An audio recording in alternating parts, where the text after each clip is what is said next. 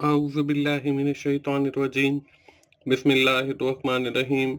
अस्सलाम वालेकुम दोस्तों, मैं हूँ मोहसिन रज़ा और आप लोग देख रहे हैं 24/7 टीचर्स ऑनलाइन। दोस्तों, क्लास चल रही है हमारी डेटा कम्युनिकेशन की और आज की जो क्लास है वो हमारी क्लास 10 है। दोस्तों, पिछली क्लास में हमने डिजिटल सिग्नल के ऊपर बात की थी और आज की क्लास का जो हमारा टॉपिक है that is also related to the digital signal. इसमें हम बात करेंगे ट्रांसमिशन ऑफ डिजिटल सिग्नल की और देखेंगे कि कैसे हमारा जो डिजिटल सिग्नल है वो ट्रेवल करता है। दोस्तों, आज की क्लास शुरू करने से पहले हम सबसे पहले ये देख लेते हैं कि हमने अपनी पिछली क्लास के अंदर क्या पढ़ा था। दोस्तों, हमने पिछली क्लास के अंदर बात की थी बैंडविड्थ की और digital signal non periodic signal की बात की थी, जिसमें हमने देखा था कि बिट इंटरवल क्या होता है, बिट रेट क्या होता है और बिट लेंथ क्या होता है। ये तीनों जो है मैंने आपको कैलकुलेट करना भी सिखाए थे और आखिर में आप लोगों को एक एक्सरसाइज भी दी थी। उम्मीद है सारे दोस्तों ने वो एक्सरसाइज भी सॉल्व कर ली होगी।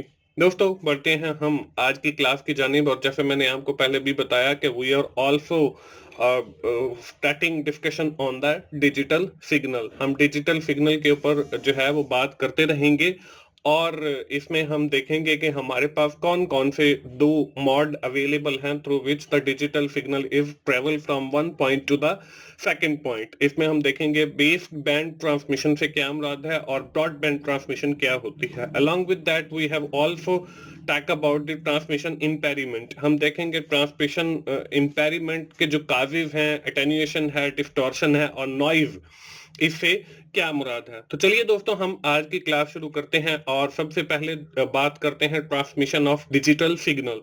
We have already studied that when the digital signal seen as composite signal, it has infinite bandwidth and it has frequency from 0 to 1। हमने पिछली क्लास के अंदर ये पढ़ा था कि हमारे जो डिजिटल सिग्नल होते हैं, अगर उनको एज हम कंपोजिट सिग्नल देखें तो उनकी जो बैंडविड्थ है वो इनफाइनाइट होती है और जो फ्रीक्वेंसी है वो 0 से 1 होती है। To transmit such signal we need two methods. इन ऐसे सिग्नल्स को ट्रांसफर करने के लिए हमारे पास दो मेथड्स अवेलेबल हैं।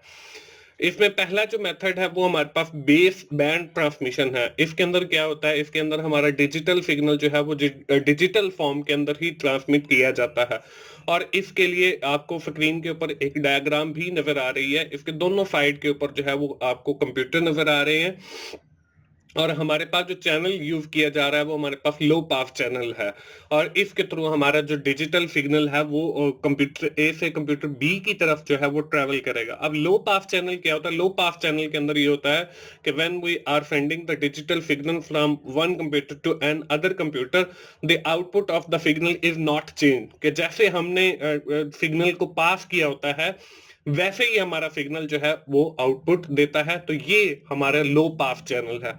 इसके बाद दोस्तों, आपको राइट साइड के ऊपर एक और जो है वो डायग्राम नजर आ रही है। इसमें मैंने फ्रीक्वेंसी को रिप्रेजेंट किया है और इसमें हमने लो पास जो चैनल है इसकी जो है वो बैंड विड्थ को दिखाया गया है, फ्रीक्वेंसी को दिखाया गया है। अब इसके अंदर देखें, जो ऊपर वाली डायग्राम है इसके अंदर देखें हमारी जो फ्रीक्वेंसी है वो 0 से स्टार्ट हो रही है और फिर F1 F2 और इसी तरह चलती जाएगी और ये हमारी वाइड बैंडविड्थ है।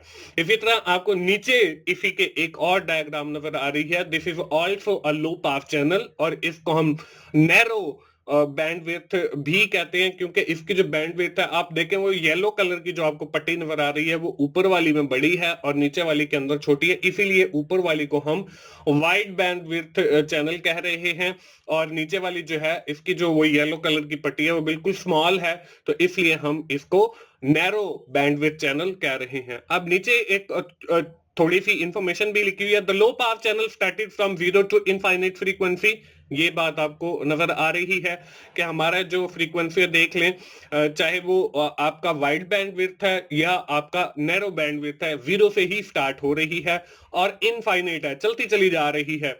For this transmission we have need dedicated link. जहां पे हमारी 0 से स्टार्ट होगी और इनफाइनाइट फ्रीक्वेंसी होगी तो इसके लिए हमें एक डेडिकेटेड चैनल की जरूरत होती है या डेडिकेटेड लिंक की जरूरत होती है हमें, अगर आप रिकॉल करें टोपोलॉजीज वाले चैप्टर को, जहां पे मैंने आप लोगों को टोपोलॉजीज के हवाले से लेक्चर दिए थे और उसमें हमने एक बस टोपोलॉजी पढ़ी थी।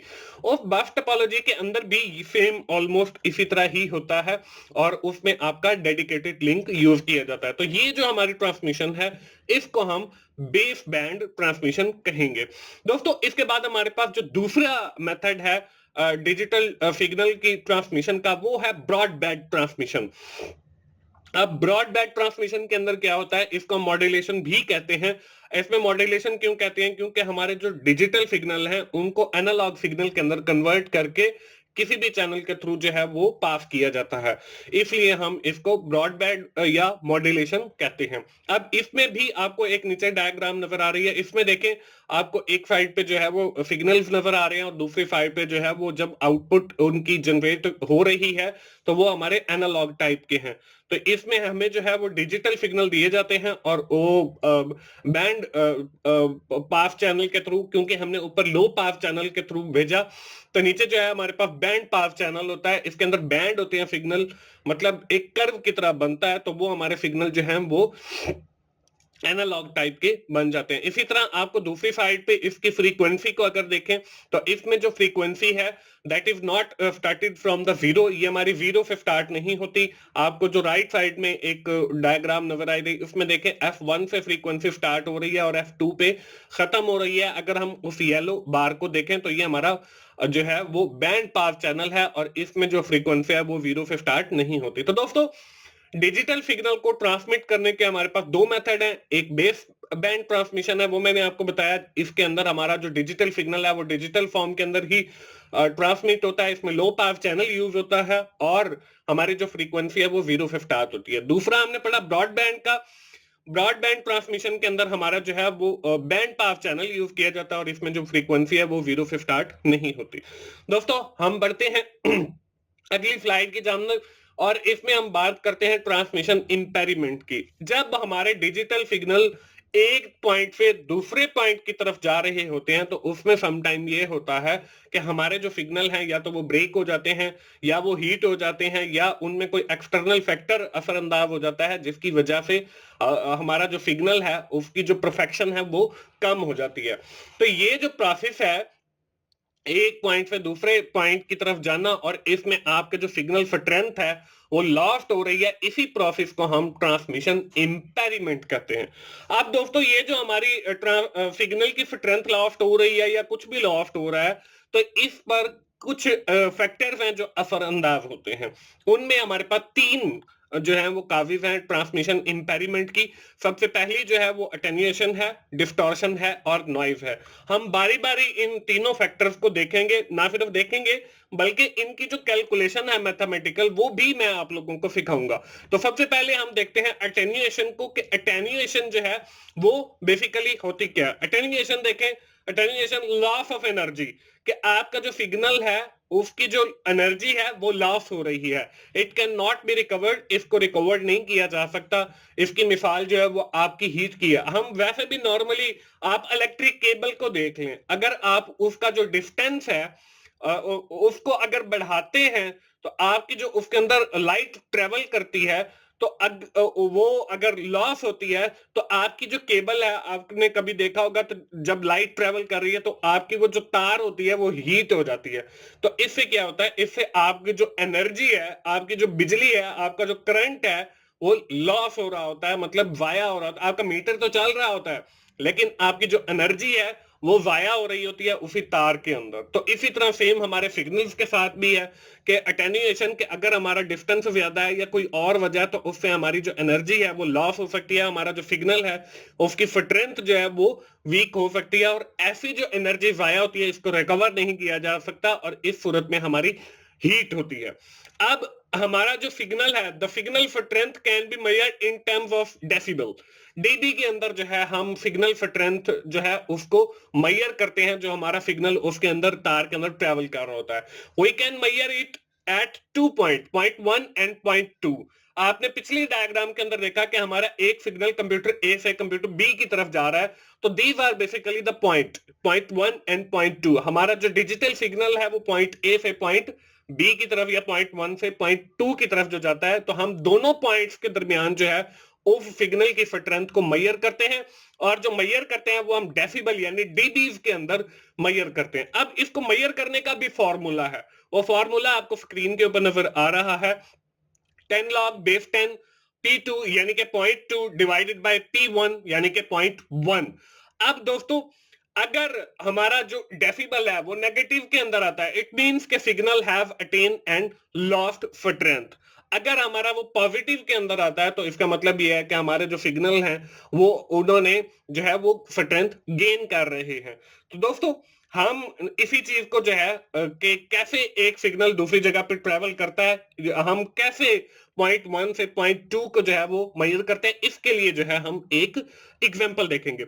एग्जांपल राइट साइड के अंदर बॉक्स के अंदर आपको नजर आ रही है। Suppose a signal travel through transmission medium and its power is reduce to 1/2। कि हमारा एक सिग्नल है वो ट्रेवल कर रहा है ट्रांसमिशन मीडियम के ऊपर, चैनल के ऊपर, और उसकी जो पावर है वो 1/2 जो है वो रिड्यूस हो जाती है। और कैलकुलेट एटेन्यूएशन, हम इसकी एटेन्यूएशन कैलकुलेट करेंगे। इसको जो है वो फार्मूला मैंने आपको बताया है कि 10 log बेस 10 P2 यानी कि 0.2 डिवाइडेड बाय P1। अब देखिए हमें जो है वो P2 जो है वो हमें दिया गया है कि हमारा जो है P2 वो हमारे पास जो है वो 1/2 है, यानी कि अगर हम 1 लें तो उसका जो हाफ है वो रिड्यूस हो जाती है। तो हमने 0.5 जो है वो एज अ P2 लिया। तो यहाँ पे देखें 10 log बेस 10 और 0.5 P1 आ गया और डिवाइडेड बाय P1। P1 से P1 जो है वो खत्म हो जाएगा, तो हमारे पास जो है 10 log बेस 10 और 0.5 आ जाएगा। अब हम इसको कैसे कैलकुलेट करेंगे?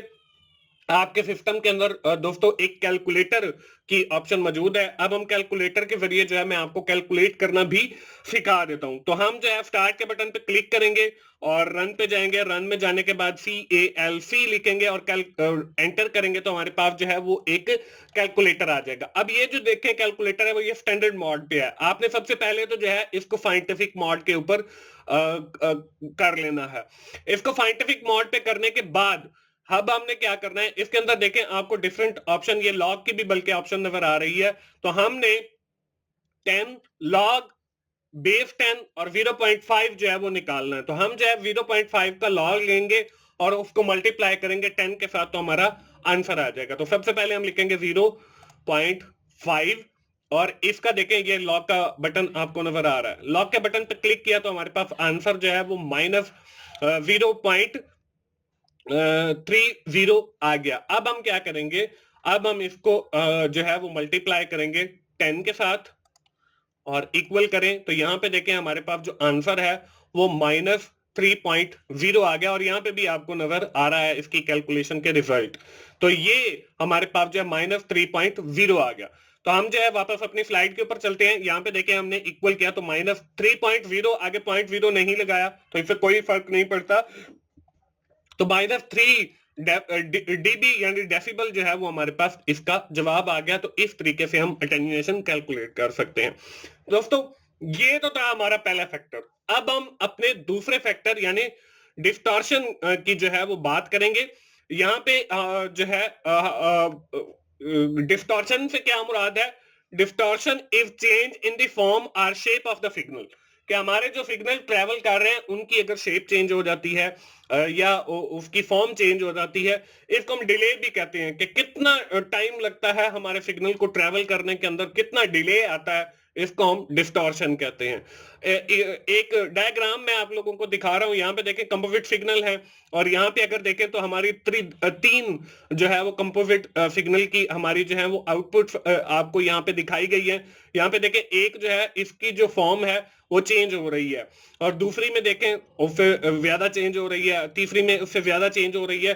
तो हमारा जो सिग्नल है वो एक्चुअली आपको लेफ्ट साइड में दिखाया गया और उसकी आउटपुट अगर आप देखें तो इनमें से कोई एक हो सकती है। तो अब आपके जो सिग्नल जो है वो जहां पे उसकी शेप चेंज हो या उसकी फॉर्म चेंज हो तो इसको हम जो है डिले या डिस्टॉर्शन कहते हैं। इसी तरह आपको जो है हमारा थर्ड जो फैक्टर है वो है नॉइज। अब हम नॉइज के बारे में देखेंगे। डिस्टॉर्शन की बेसिकली इतने ज्यादा कैलकुलेशंस नहीं होती। तो नॉइज जो है, noise basically noise corrupt signal को हम कहते हैं। इसमें हमारे पास मुख्तलिफ किस्म की नॉइज है। इसमें हमारे पास थर्मल नॉइज है, इंड्यूस नॉइज है, क्रॉस टॉक नॉइज है। नॉइज से मुराद आप ये देख लें कि दो लोग आपस में बात कर रहे हैं, ऊपर से एक जहाज गुजरा, तो उसका जो शोर है बेसिकली वो उन दोनों की कम्युनिकेशन के दरमियान नॉइज है।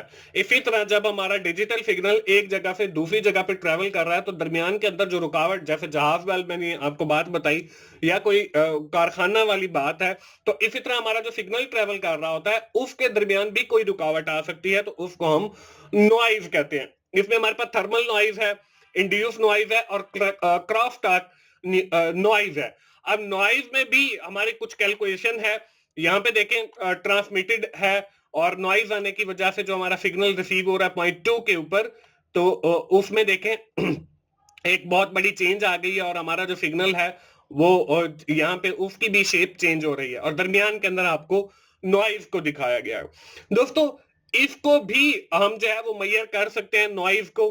तो नॉइज को मेजर करने के लिए हम लोग यूज करते हैं सिग्नल टू नॉइज रेशियो, एफएनआर भी हम इसे कहते हैं, सिग्नल टू नॉइज रेशियो। अब नॉइज को मेजर करने के लिए ये एफएनआर यूज किया जाता है। तो हम एक एग्जांपल लेंगे जिसके थ्रू हम एफएनआर जो है वो मेजर करेंगे, नॉइज को यानी मेजर करेंगे। तो सिग्नल जो है यहाँ पे देखें आपको नॉइज के बारे में दिखाया भी गया है कि यहाँ पे हाई नॉइज है और दूसरी जो आपको राइट साइड के अंदर दिखाई गई है वो आपकी जो है वो उसकी लो एफएनआर है। ये हाई एफएनआर और लो एफएनआर, यहाँ पे मैं आपको एक बात समझा देता हूं कि ये देखें, ये जो हमारी हॉरिजेंटल लाइन है इससे लेकर हमारी ये जो वर्टिकल लाइन है इसके दरमियान जो डिस्टेंस है वो बहुत ज्यादा है। लेकिन अगर यही चीज हम देखें अपनी राइट साइड वाली डायग्राम के अंदर तो इनका जो डिस्टेंस है वो कम है। तो इसलिए इसको हम हाई एफएनआर और इसको हम जो है वो लो एफएनआर कह रहे हैं। तो यही वजह है कि ये हमारी हाई और लो एफ, अब हाई एफएनआर हो या हमारी लो एफएनआर हो, इसके अंदर हमारे सिग्नल्स भी होते हैं और प्लस हमारी जो है वो नॉइज भी होती है। दोस्तों हम एक एग्जांपल लेते हैं और उसमें मैं एफएनआर की जो है आपको कैलकुलेशन भी सिखाता हूं। यहाँ पे देखें एक चीज और भी लिखी हुई है, हाई एफएनआर मीन लो करप्ट सिग्नल। अगर आपकी एफएनआर हाई होगी तो इसका मतलब यह है कि आपका जो सिग्नल है उसमें लो करप्ट होगा। लेकिन अगर आपकी लो एफएनआर होगी तो इसका मतलब यह है कि आपका जो सिग्नल है वो हाई करप्ट होगा। अब हम एग्जांपल आपको नजर आ रही है, noise example, the signal power is 10 milliwatts and noise power is 1 microwatt. What is FNR? FNR क्या होगा? इसका जो फॉर्मूला है वो है average signal power divided by average noise power. अब देखें हमारे पास सिग्नल पावर भी दी गई है जो कि 10 मिलीवॉट्स है और इसी तरह हमें नॉइज पावर भी दी गई है जो कि 1 माइक्रोवाट है। तो अब यहाँ पे हम देखते हैं कि हमारी जो है, अगर हम इसको देखें कि 10 मिलीवॉट डिवाइडेड बाय 1 माइक्रोवाट, तो हमारे पास जो है वो 10,000 आ जाता है, क्योंकि हमारे पास 1000 अगर माइक्रोवाट हो तो वो हमारा 1 मिलीवॉट बनता है। तो इसको अगर हम कैलकुलेट कर 10 मिलीवॉट का अगर हम माइक्रोवाट के अंदर कैलकुलेट करते हैं तो उसे सिर्फ हम 1000 से जो है वो मल्टीप्लाई कर देंगे तो हमारे पास जो है वो 10 मिलीवॉट्स आ जाएगा। अब अगर हमने इसको डेसिमल में करना हो यानी डीबीज के अंदर निकालना हो डेसिबल के अंदर, तो वो हम कैसे निकालेंगे, उसका भी एक फॉर्मूला है। वो क्या है, यहाँ पे आपको नजर आ रहा है 10 log बेस 10 और उसके आगे हमारे पास जो जवाब आया मिलीवॉट्स के अंदर वो लिखेंगे। तो हमारे पास जो जवाब है वो 40 डीबी यानी कि एफएनआर डीबी। अगर हम डेसिबल के अंदर निकालना चाहे सिग्नल स्ट्रेंथ को मेजर करने के लिए डेसिबल हम यूज करते हैं अटेन्युएशन के अंदर, मैंने आपको बताया भी। तो ये हमने कैसे निकाला है, उसके लिए वापस हम वही कैलकुलेटर पे जाएंगे और ये कैलकुलेटर हमारे सामने ओपन है। इसको मैं पहले जीरो कर लेता हूं और जीरो करने के बाद जो है यहाँ पे देखें हमने सबसे पहले लेना है 10,000 और बल्कि इसको मैं बंद करके फिर से ओपन करता हूं।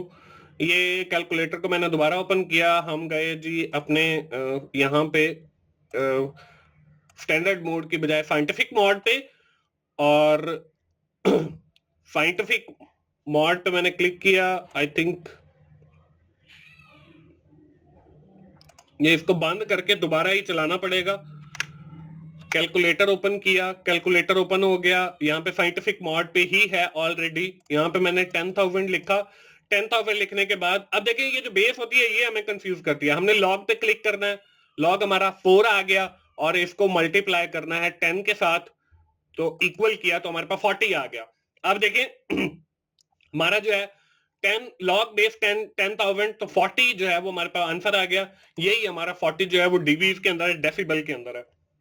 तो ये हमारी एफएनआर डीबी आ गई। तो दोस्तों ये थी हमारी आज की क्लास, जिसके अंदर हमने ट्रांसमिशन ऑफ डिजिटल सिग्नल की बात की और ट्रांसमिशन इंपेयरमेंट की बात की, और उसके ऊपर जो फैक्टर असरअंदाज होते हैं अटेन्युएशन का, डिस्टॉर्शन का और नॉइज का, वो हमने देखा। मैंने आपको अटेन्युएशन की कैलकुलेशन भी सिखाई और नॉइज की कैलकुलेशन भी सिखाई। दोस्तों आज की क्लास हम यहीं पे खत्म करते हैं और क्विकली एक बार समराइज करते हैं, लेकिन उससे पहले जो है मैं आप लोगों को एक एक्सरसाइज दे रहा हूं। आप जल्दी से अपनी नोटबुक ओपन कर लें। एक्सरसाइज के अंदर हमारे 2 क्वेश्चन है। पहला जो क्वेश्चन है वो आपको स्क्रीन के ऊपर नजर आ रहा है। Suppose power P a signal increase 30 times after passing through an amplifier. By writing all the necessary formulas and calculation step, you are required to calculate amplification power gain in proper unit. इसके अंदर आपने जो है वो attenuation calculate कर दी है। इसी तरह आपका क्वेश्चन 2 है, Suppose a telecommunication company booster is emitting a signal of 0.45 watt which is being passed through 10 devices. It has been observed that 7 of these devices are encountering noise of 3 microwatt, whereas other 3 devices encountering noise of 2 microwatt. Considering this information, you are required to overall signal to noise ratio, यानी हमने एफएनआर भी calculate करना है और एफएनआर dB decibel के अंदर भी calculate करना है। तो दोस्तों ये थी हमारी आज की एक्सरसाइज और आज की क्लास हम यहीं खत्म करते हैं। एक बार क्विकली हम देख लेते हैं। आज की क्लास के अंदर हम लोगों ने ट्रांसमिशन ऑफ डिजिटल सिग्नल के हवाले से बात की। हमने 2 मेथड देखे, बेस बैंड और ब्रॉडबैंड का, ट्रांसमिशन इंपेयरमेंट की बात की और उसके ऊपर जो काजेज हैं अटेन्युएशन, डिस्टॉर्शन और नॉइज की बात की। दोस्तों यहाँ पे हम आज की क्लास खत्म करते हैं और आखिर में मैं यही कहूंगा कि अगर आपको मेरी वीडियो अच्छी लग रही है तो आप उन्हें लाइक कीजिए, अपने दोस्तों के साथ शेयर करें, और जितना मुझे टाइम मिलता है मैं इतने ही लेक्चर रिकॉर्ड करता हूं। और मेरा चैनल 24/7 टीचर लाइन सब्सक्राइब कीजिए ताकि मेरी हर आने वाली वीडियो आप लोगों तक पहुंच सके और आप उससे सीख सकें। दोस्तों मिलते हैं अगली डेटा कम्युनिकेशन की क्लास में। उस वक्त तक के लिए अल्लाह हाफिज।